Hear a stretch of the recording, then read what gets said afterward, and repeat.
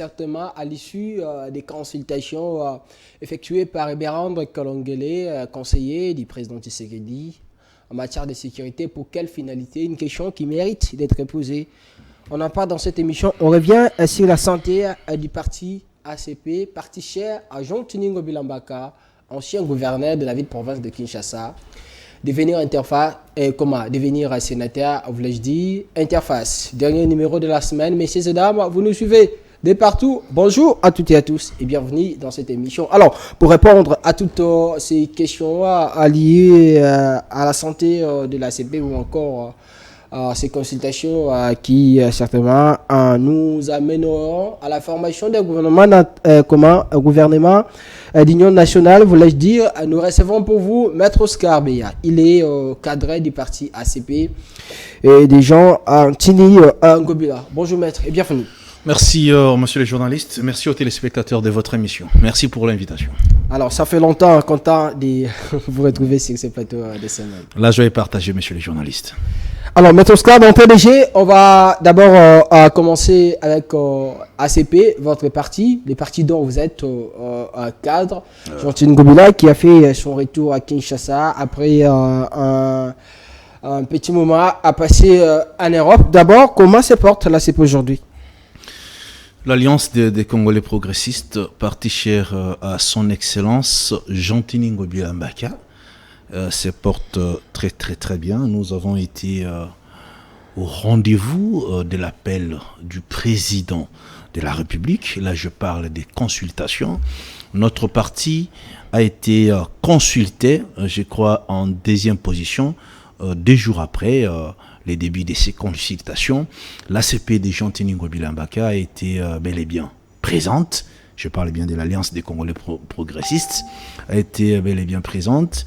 Et nous signalons à la classe politique le retour de notre autorité morale, les sénateurs, Excellence. Jean-Tine Ngobila Mbaka qui vient de regagner sa capitale. Jean-Tine Ngobila Mbaka est revenu en bonne et due forme.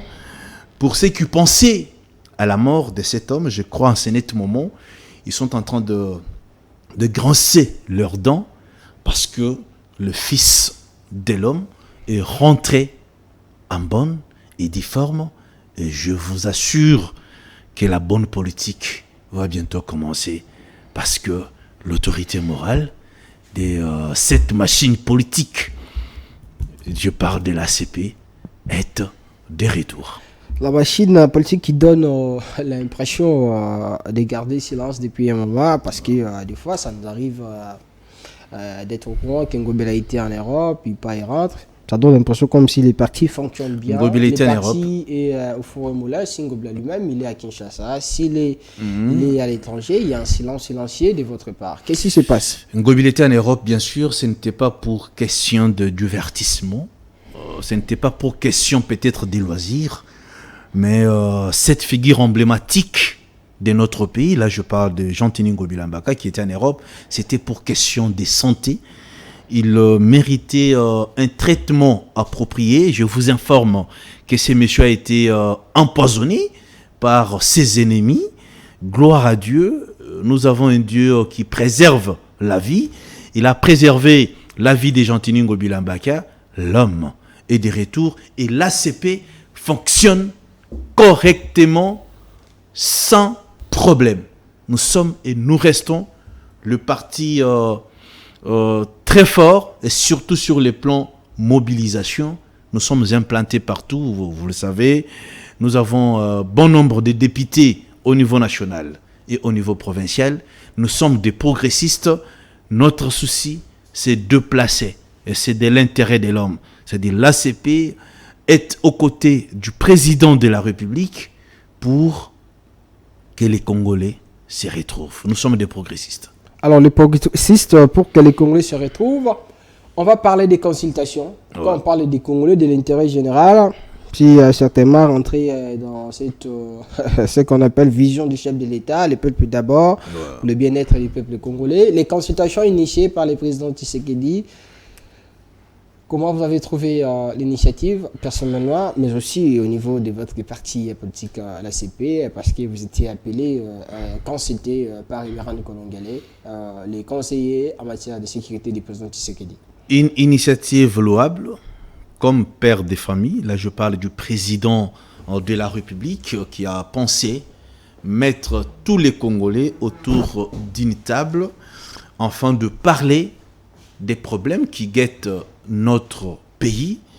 Au niveau de l'ACP, nous avons loué l'initiative des consultations lancées par le président de la République via son conseiller, le professeur Eberand, qui a fait un travail de titan, un travail qu'il faut encourager, un travail, je peux dire, de qualité. Et ces consultations ont pris fin, ça il faut le reconnaître, ont pris fin et nous attendons la sortie du gouvernement d'Union nationale. Pourquoi le président de la République a lancé ces consultations? C'est ça même la question principale. C'est parce que le pays est agressé, ça nous devons le reconnaître. Comme un bon père de famille, quand la famille est attaquée, même quand les enfants sont malades, un bon père regroupe tous les membres de la famille pour leur poser des questions.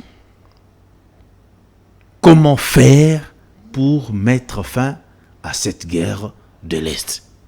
Ici, nous trouvons que l'idée de consulter les Congolais reste la meilleure. Quoique certains opposants ne sont pas venus répondre à l'appel du président de la République, un appel qui était pour tous les Congolais. On n'avait pas limité, on n'avait pas sélectionné. Le président a appelé tous les Congolais, que vous soyez de l'opposition, de la majorité, de la société civile, venez, nous devons causer. Et ici, le professeur Eberand a fait un travail fabuleux en consultant l'opposition, la majorité et la société civile. La question se pose maintenant, c'est au niveau des castings du nouveau gouvernement. Qui doit être dans ces nouveaux gouvernements? Parce que... Vous parlez déjà du nouveau gouvernement, ça veut dire pour vous, vous en foutez des opposants qui ont refusé d'être consultés. Alors qu'on parle de la cohésion nationale, il fallait que tout le monde puisse se mettre autour d'une table pour être consulté. Comment on pourra former un gouvernement comme ça, être content, parce que ça va nous amener à une cohésion nationale, justement qu'on puisse en finir avec la guerre au moment où certains enfants du pays n'ont pas accepté, s'il faut l'appeler ainsi, ces bras tendus du président Tshisekedi. Messieurs les journalistes, qui a le pouvoir de donner la qualité des opposants aux autres, ou bien de ne pas leur donner, de ravir la qualité des opposants? Nous avons constaté que le président, que le professeur Eberand a consulté certains opposants dans notre pays. Qu'est-ce que vous voulez? Ce sont les opposants qui pèsent. Selon vous, qui pèse dans l'opposition? Est-ce que ces opposants consultés par... Messieurs les journalistes... C'est la célébrité. Messieurs les journalistes, ceux qui ont refusé de venir répondre à l'appel du président de la République, ils sont en collaboration avec le M23 qui tue nos frères et sœurs à l'est de la République. Si réellement vous aimez la nation et que le président vous appelle pour des consultations, il était capital et opportun de venir répondre à cet appel. Parce que en cas d'agression, et si les cadres nous devons d'abord mettre nos divergences aux côtés. Ça, c'est important. La nation d'abord. La patrie d'abord. Ceux qui meurent à l'Est, ce ne sont pas de la famille de Tshisekedi. Même si les ce ne sont pas de la famille, ce ne sont pas de la famille de Moïse Katumbi Tchapwe. Ce ne sont pas de la famille de Joseph Kabila et non plus aussi de Martin Fayoulou. Ceux qui meurent à l'Est, ce sont nos frères et sœurs. Qui vous dit que ce sont je peux dire des innocents. Dans l'Est, il n'y a pas la famille des Fayoulou, il n'y a pas la famille des Kabila. Est-ce que vous avez écouté dans la famille des Fayoulou un deuil où on plaire quelqu'un qui est tué à l'Est? On ne connaît pas certainement la famille. Est-ce que vous avez écouté Kabila plairer pour dire qu'on a tué sa sœur ou bien son frère à l'est. Kabila Et d'ailleurs, Kabila n'a pas l'habitude aussi de et d'ailleurs, même si ça lui et arrive. d'ailleurs, Kabila, même dans ses sorties médiatiques, l'homme n'a jamais condamné cette agression. Ça prouve à suffisance qu'il est de mèche avec ce qui se passe à Gaumont, ce qui se passe sur cette partie orientale de notre Vous pays. avez toujours tendance de l'accuser, mais quand vous êtes un juriste, vous savez quand on accuse, Il faut en apporter des preuves. Des preuves matérielles surtout. Mais il y a de preuves. Il y a de preuves, monsieur le journaliste. Lui-même déclare que de revendications du M23 sont légitimes. C'est-à-dire, après avoir tué les Congolais, vous nous dites que ces revendications sont légitimes. C'est-à-dire, les sangs des Congolais qui coulent, pour vous, ça ne représente rien. Monsieur le journaliste, je sais que tu es Congolais. Nous devons aimer cette nation. Kabila est passé. Félix aussi passera. Cette guerre n'est pas pour Félix. Et ceux qui meurent à l'Est ne sont pas de frères ou bien des sœurs biologiques du président Félix. Ce sont des Congolais et des Congolaises. Évitons nos appartenances politiques. C'est ce qui nous tue. Privilégions la nation. Là, privilégions dans la victimisation. Je suis en train de parler, privilégions la patrie. Et c'est très La patrie très est important. toujours privilégiée. Non. Dans les cas sous Mais examen, aussi, il faut aussi soigner les cadres. C'est pourquoi je vous permettre à tout le monde d'y participer. Qu'est-ce que vous voulez? Quand vous parlez de soigner les cadres, vous voulez quel cadre juste?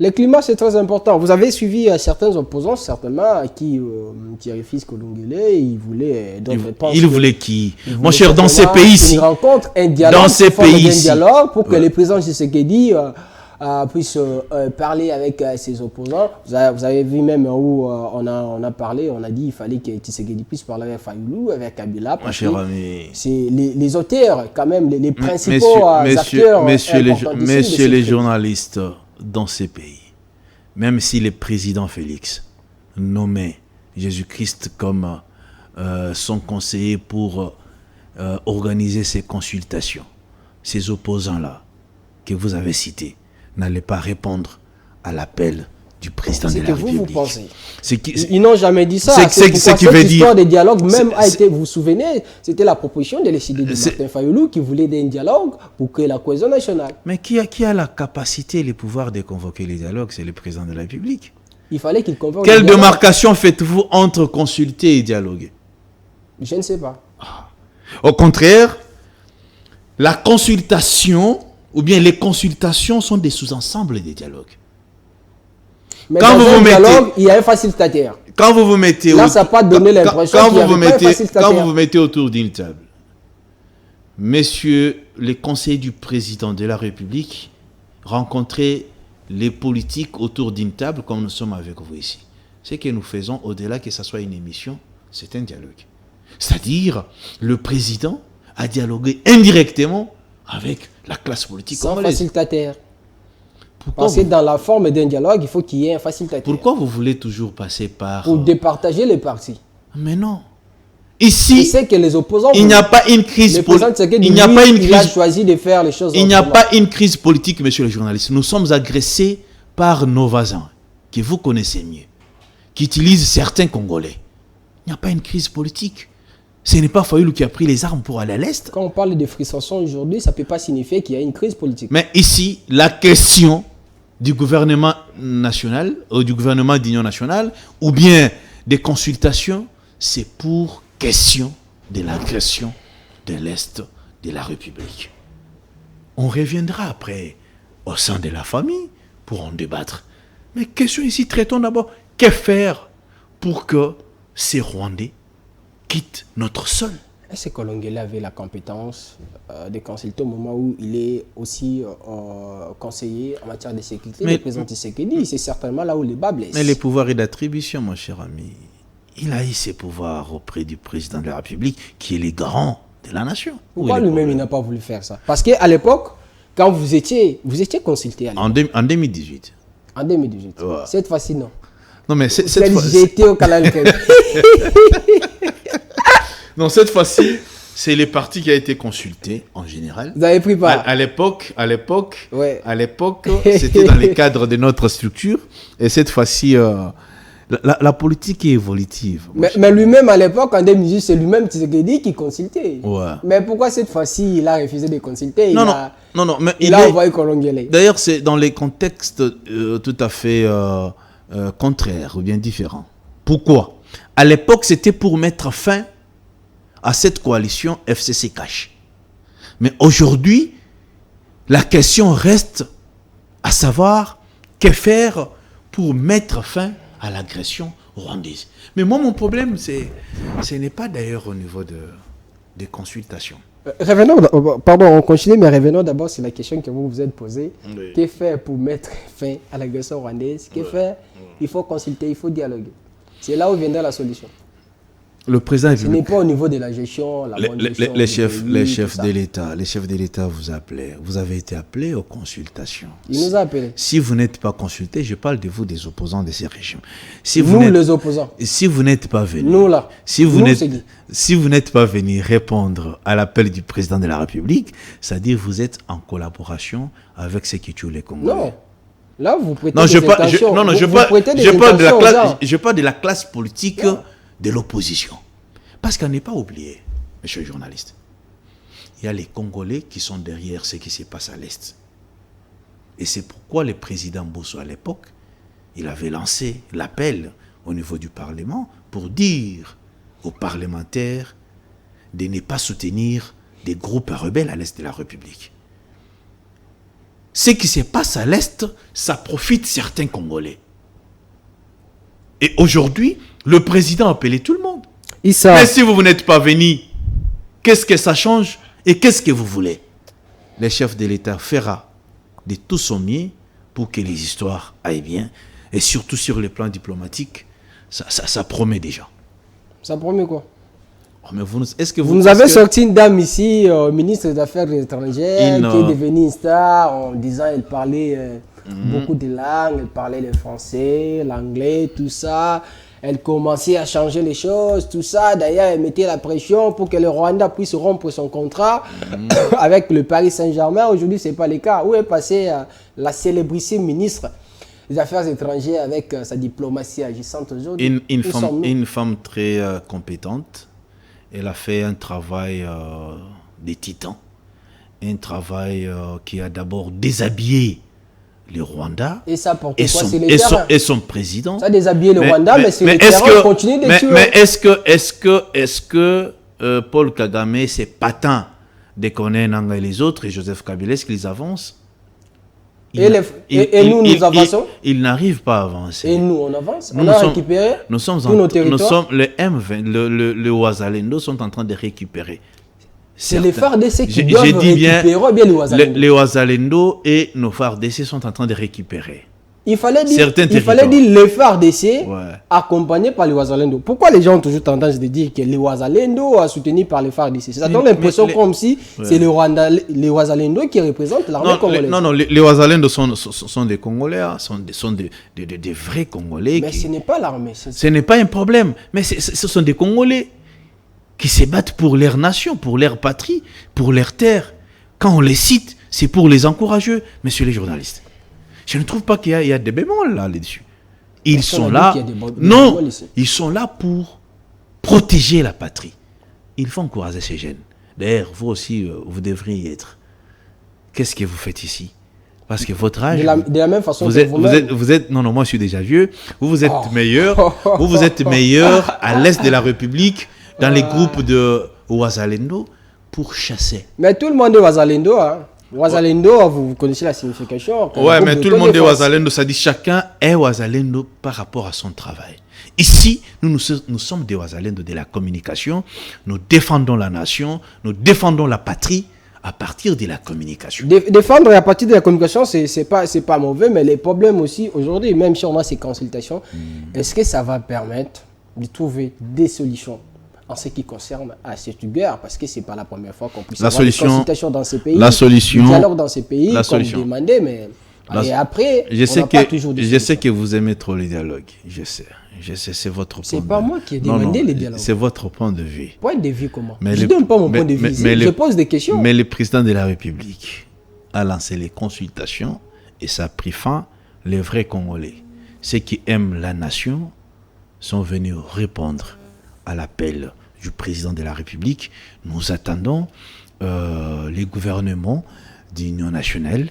Mais ici, je suis en train de réfléchir qui seront dans ces gouvernements, parce que c'est un gouvernement de défis. Donc, pardon, avant d'y arriver là, vous pensez aujourd'hui ceux qui n'ont pas répondu, ce sont des faux Congolais?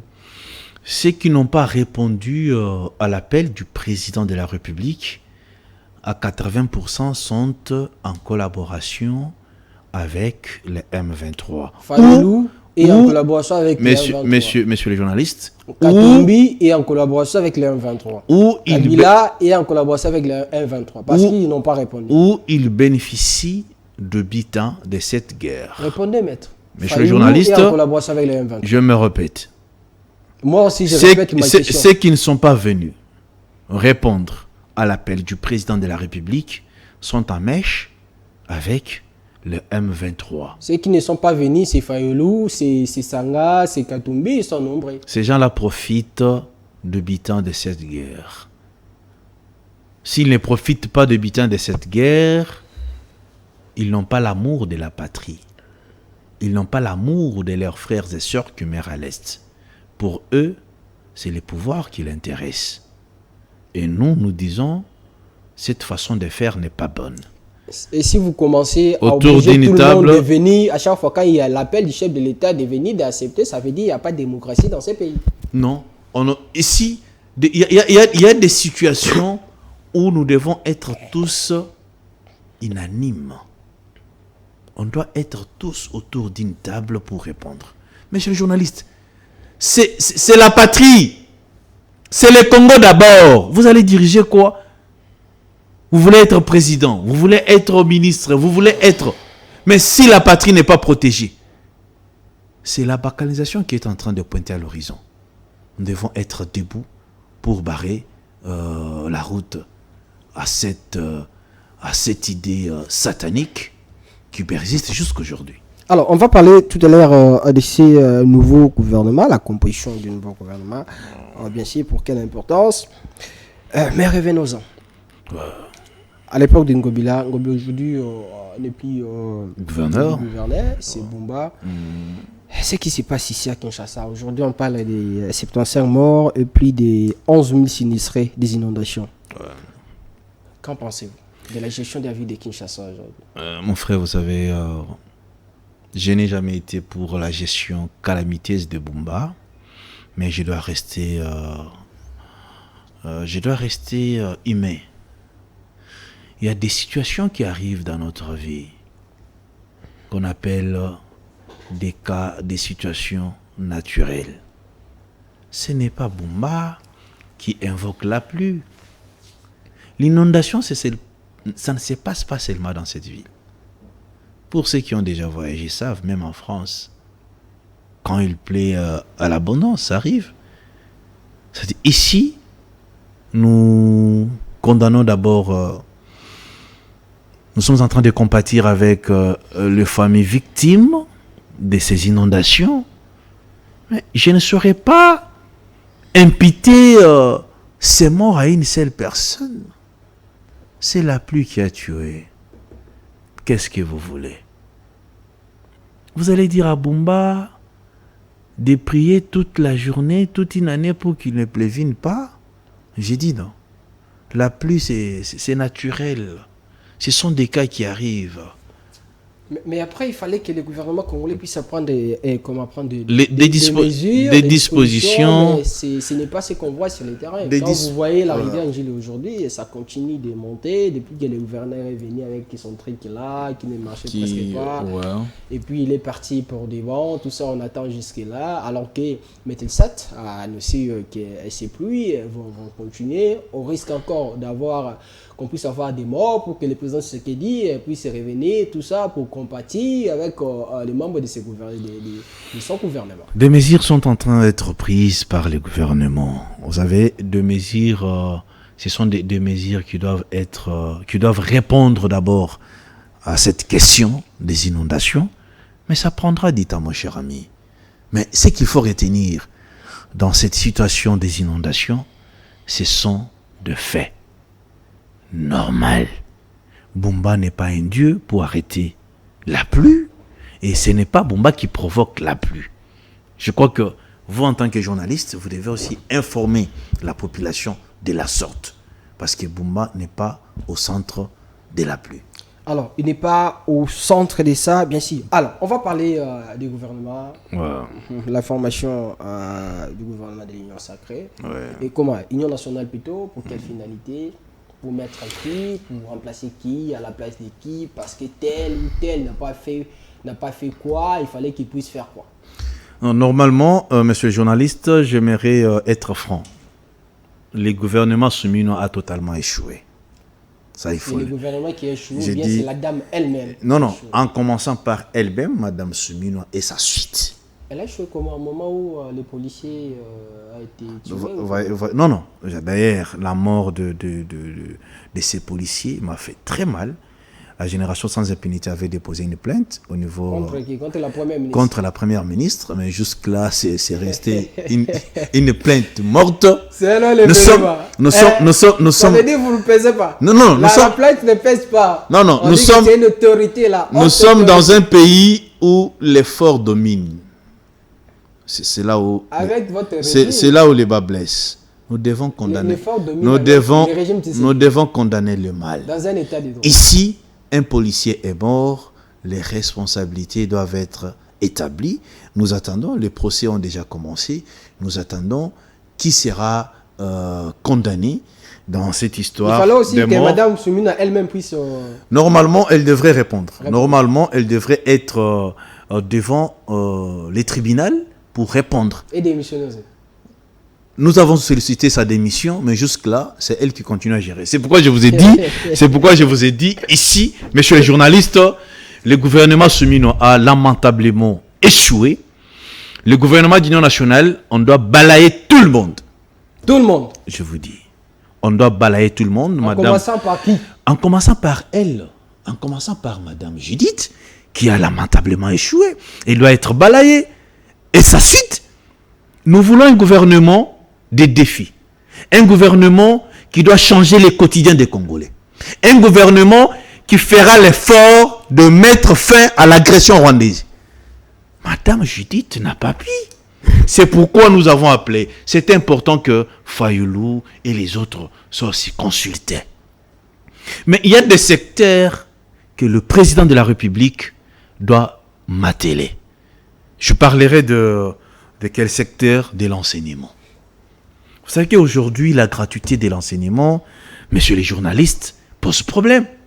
C'est parce que le ministre qui est là, je ne maîtrise pas son nom, si c'est Ntoumba, si c'est qui? Le ministre actuel de EPST. Cette dame est incompétente. Il faut la faire partir de ces grands ministères.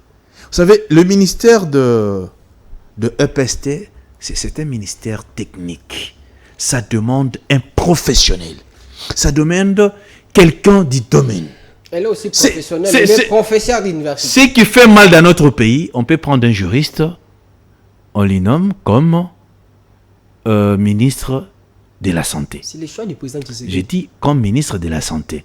J'aimerais qu'on parle nation, qu'on ne parle pas de personnes, s'il vous plaît. Mais c'est le président qui... Messieurs les journalistes, ici, nous parlons de casting au niveau du gouvernement. Mais ces castings sont réalisés par qui? Du gouvernement d'Union nationale, messieurs les journalistes. Nous voulons de personnes compétentes dans ces gouvernements. Regardez ce qui se passe aujourd'hui au niveau de la gratuité de l'enseignement. J'ai appris ce matin que les parents ont commencé à payer. Au contraire, il y a un homme qui avait commencé avec cette gratuité. On l'a diabolisé ici parce qu'il n'était pas d'un parti préféré. On l'a critiqué. Il y a eu même des cabales montées contre l'excellence Willy Bakonga. Cet homme qui s'est donné corps et âme pour que la gratuité de l'enseignement ait un sens. C'est lui qui a enfanté la gratuité de l'enseignement, M. Willy Bakonga. Mais comme il a beaucoup de détracteurs dans notre pays, cet homme a été accusé de tout bon, qu'il aurait détourné 5 millions de dollars, qu'il aurait détourné des millions de dollars qu'il traversait avec. Si nous étions dans un pays sérieux, Akaj devrait répondre. Parce que c'est Akaj qui nous a parlé de cette histoire de détournement de M. Willy Bakonga. Une histoire montée de toutes pièces pour ternir l'image de cet homme qui a accepté d'enfanter cet enfant de la gratuité malgré des douleurs, malgré des problèmes. Ici, messieurs les journalistes, les mamans, les papas demandent que M. Willy Bakonga puisse récupérer son enfant de la gratuité de l'enseignement parce que c'est lui qui a la clé de la réussite, de la gratuité. Mais de vous avez quand même des ministres qu'on nous a présentés ici comme des gens compétents qui pouvaient beaucoup faire les choses. On nous a présenté même un certain ministre de la jeunesse. Comment il s'appelle? Noëlla. Noëlla, si c'est qui là. Ouais. Vous n'avez pas peur que les présidents de Tshisekedi puissent faire la meilleure coup de pas commettre les mêmes erreurs en ce qui concerne les nominations? Parce que vous parlez de la compétence aujourd'hui. Mais c'est ça ma peur, messieurs les journalistes. Ma peur est que au niveau des nominations de ministres dans ces gouvernements d'union nationale, que le président ne puisse pas nommer n'importe qui.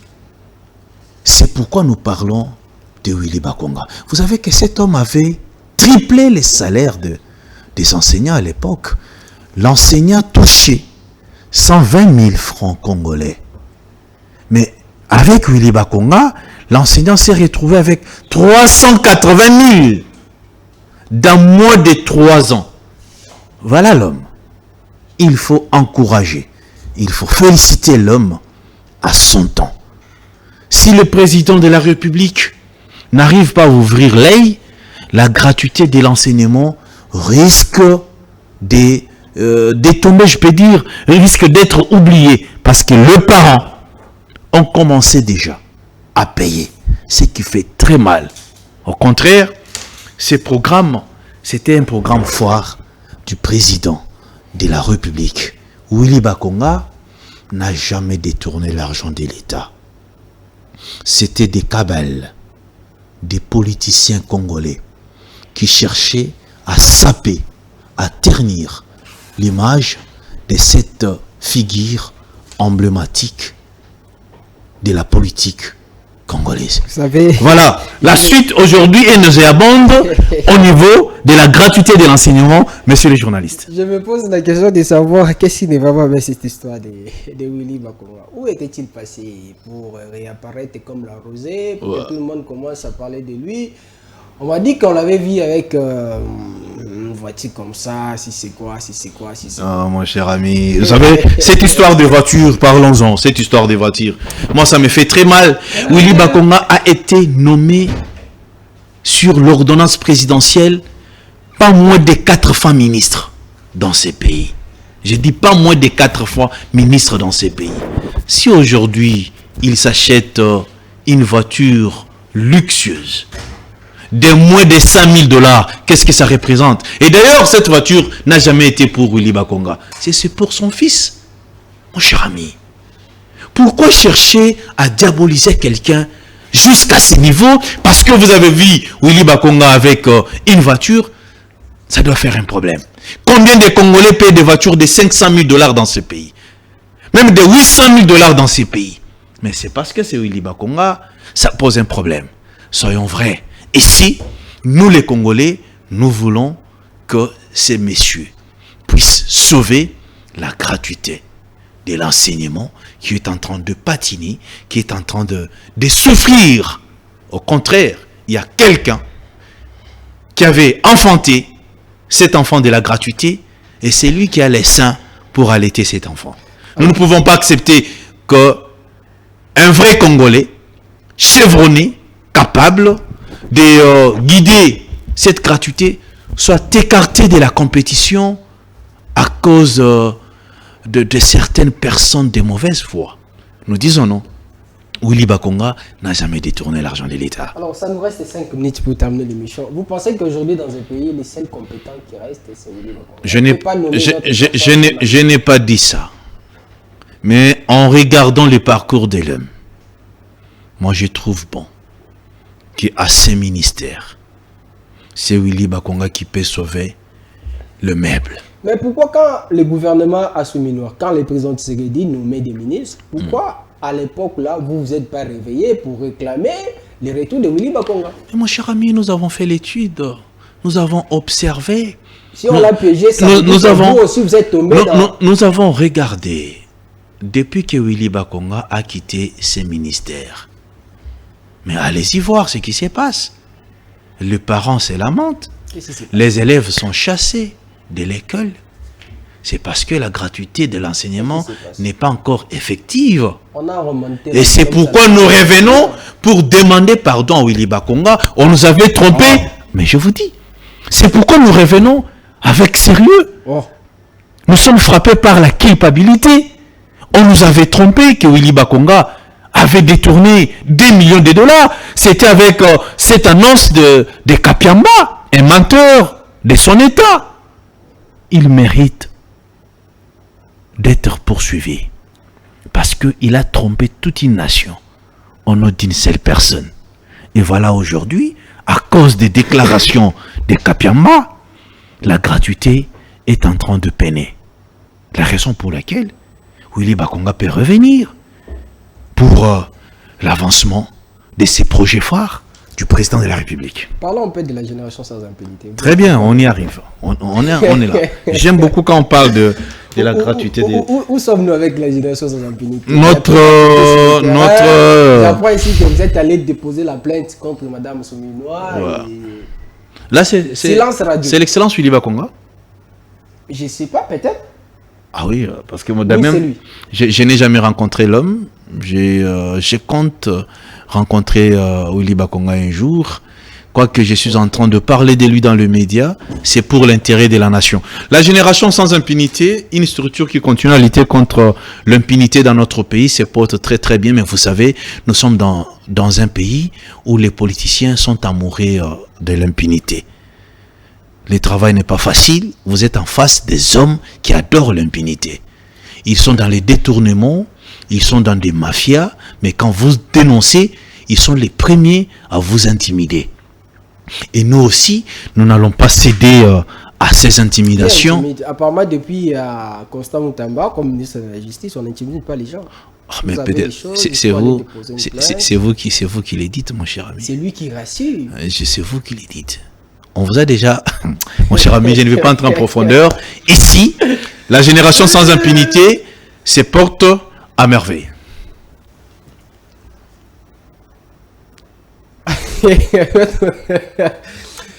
Il y a quoi, hein? Moi, je vous ai parlé, je vais vous poser la question sur la génération. Se porte à merveille, vous arrêtez là. La structure va très bien. Les activités, il y en a plus sur les terrains?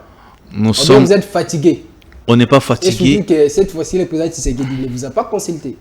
Nous ne sommes pas fatigués, monsieur le journaliste. Nous continuons notre travail. D'ailleurs, avant que Félix soit président, la structure existait. Même après Félix, cette structure va exister. Alors, vous concluez l'émission, Maître Oscar. Merci de nous avoir invités. Merci aux Congolais qui vont nous suivre. Merci à l'autorité morale de notre parti et à tous les membres de cette machine politique, l'Alliance des Congolais progressistes. Le gouvernement d'union nationale s'annonce. Nous demandons au président de la République de faire un choix fabuleux pour ces gouvernements. On ne veut pas avoir des ministres qui vont commencer à appeler les chefs de l'État papa, papa. Non, non. On ne vient pas au gouvernement pour appeler les chefs de l'État papa. Non, non. On vient pour travailler. Il faut mettre chaque personne à sa place. Un juriste ne peut pas être ministre de la Santé. Non. Ici, au niveau de l'enseignement, de la gratuité de l'enseignement, il y a un problème sérieux. Monsieur le Président de la République, veuillez penser à la personne avec qui vous avez commencé cette œuvre. Et vous connaissez cette personne, c'est l'excellence Willy Bakonga, l'homme qui a été victime des cabales politiques, des réunions nuit et jour montées par ses détracteurs dans cette ville, il est temps d'établir la vérité. Et là, voilà, nous sommes en train de dire la vérité à la population congolaise, que Willy Bakonga n'a jamais été voleur. Vous saluez José Kaniki, l'homme de la rationalité et des bons sens. José Kaniki, un ancien camarade de la CP qui nous a quittés. Aujourd'hui, il est chez les professeurs. Tilukwebo, la politique est dynamique. Même le mariage, à un certain moment, ça peut aussi se dissoudre. Bonjour là où il est. Nous l'aimons beaucoup, l'homme de la rationalité et des bons sens. Maître Oscar Béa, cadre du parti ACP de l'ancien gouverneur de Kinshasa, devenu sénateur, Jean Tiningo Bila, mais aussi coordonnateur de la génération sans impunité. C'est un réel plaisir pour moi de vous recevoir sur ce plateau d'Interface. Ça fait un bout de moment. Merci surtout d'avoir répondu à toutes mes questions. C'est à moi de vous remercier, messieurs les journalistes. À toutes et à tous, c'est un réel plaisir. Merci de nous avoir suivis. Restez-nous toujours fidèles. À la prochaine pour un autre numéro de cette émission.